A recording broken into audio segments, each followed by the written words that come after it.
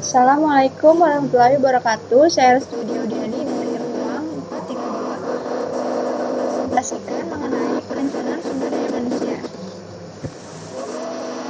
Saya akan menjelaskan dengan singkat mengenai perencanaan sumber daya manusia. Perencanaan sumber daya manusia merupakan proses perencanaan sistematis untuk memaksimalkan sumber daya manusia sebagai aset utama perusahaan. Berikut ada beberapa pengertian mengenai perencanaan sumber daya manusia menurut para ahli. Yang pertama ada dari Bondi and New pada tahun 1995. Yang kedua ada Eric Viter dalam Jackson 1990. Ada Andre Esikula. Maka dapat kita simpulkan dari penjelasan yang tiga ini bahwa perencanaan sumber daya manusia adalah serangkaian kegiatan atau aktivitas yang dilakukan secara sistematis dan strategis yang berkaitan dengan permasalahan kebutuhan tenaga kerja di masa yang akan datang. Tujuan dari perencanaan sumber daya manusia ini adalah untuk memastikan kesesuaian antara tenaga kerja dan pekerjaan, baik dari segi jumlah maupun kualitas yang dibutuhkan. Dalam sebuah perusahaan, perencanaan sumber daya manusia merupakan sebuah hal yang penting dan harus dilakukan semaksimal mungkin. Tentu perusahaan akan lebih sulit untuk berkembang serta bersaing dengan kompetitor yang selanjutnya ada syarat-syarat mengenai perencanaan sumber daya manusia.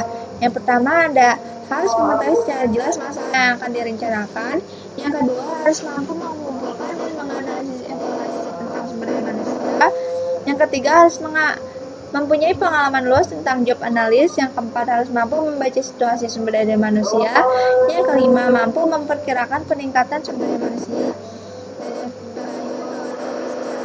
Peraturan dan kebijakan perusahaan pemerintah. Selanjutnya ada tujuan sistem perencanaan sumber daya manusia. Yang pertama, menghubungkan sumber daya yang ada untuk kebutuhan perusahaan pada masa yang akan mendatang. Selanjutnya, memberikan kepada organisasi satuan kerja yang efektif. Yang ketiga, memperbaiki. Yang keempat, menyesuaikan aktivitas sumber daya manusia. Yang kelima, meningkatkan efisiensi. Yang keenam, melengkapi informasi. Selanjutnya ada faktor-faktor yang mempengaruhi sistem perencanaan sumber daya manusia. Yang pertama ada faktor internal.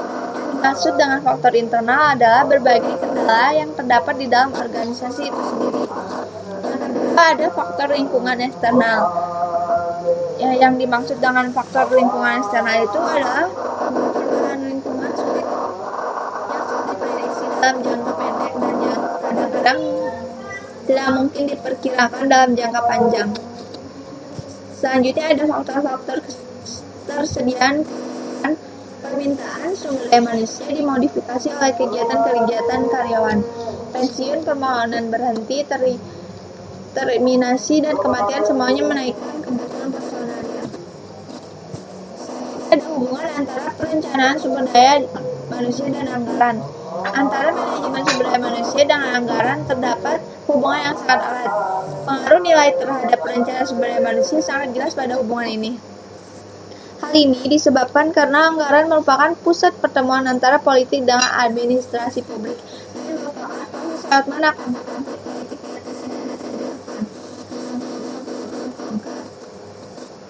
selanjutnya ada beberapa manfaat dari perencanaan sumber daya manusia. Yang pertama, membantu human resource mengantisipasi kebutuhan tenaga kerja. Yang kedua, human resource bisa bekerja secara proaktif dalam menentukan kandidat yang sesuai. Yang ketiga, sesuai dengan tujuan masing-masing perusahaan, perencanaan sumber daya manusia memungkinkan human resource untuk mengidentifikasi, memilih, dan mengembangkan kompetensi atau tenaga kerja yang dibutuhkan oleh perusahaan. Proses perencanaan sumber daya manusia secara garis besar dibagi menjadi 4 langkah, meliputi persediaan tenaga kerja saat ini, kebutuhan tenaga sumber daya manusia di masa mendatang, perkiraan permintaan sumber daya manusia, strategi dan implementasi pencarian sumber daya manusia.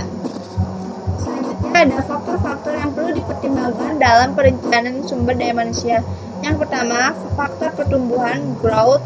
Yang kedua, faktor perubahan change. Dan Dan yang terakhir, teknologi.